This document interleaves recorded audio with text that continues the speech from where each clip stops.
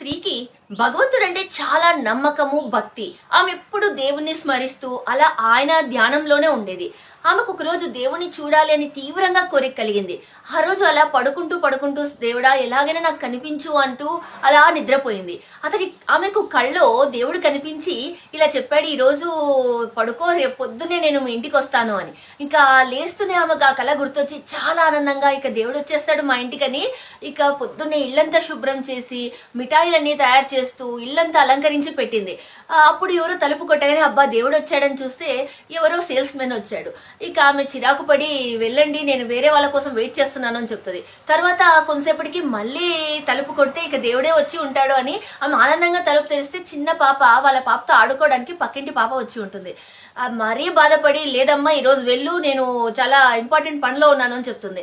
తర్వాత ఎంతసేపు ఎదురు చూసినా దేవుడు రాడు. అలాగే అలాగే ఏడుస్తూ పడుకొని నిద్రపోతుంది. మళ్ళీ కల్లోకి దేవుడు వచ్చి అదేంటమ్మా నేను 2 సార్లు వచ్చాను, నువ్వు తలుపు తెరవలేదు అని అడుగుతాడు. మీరెప్పుడు వచ్చారు అంటే ఆ సేల్స్ మ్యాన్ రూపంలో ఆ అమ్మాయి రూపంలో వచ్చాను కదా అంటాడు.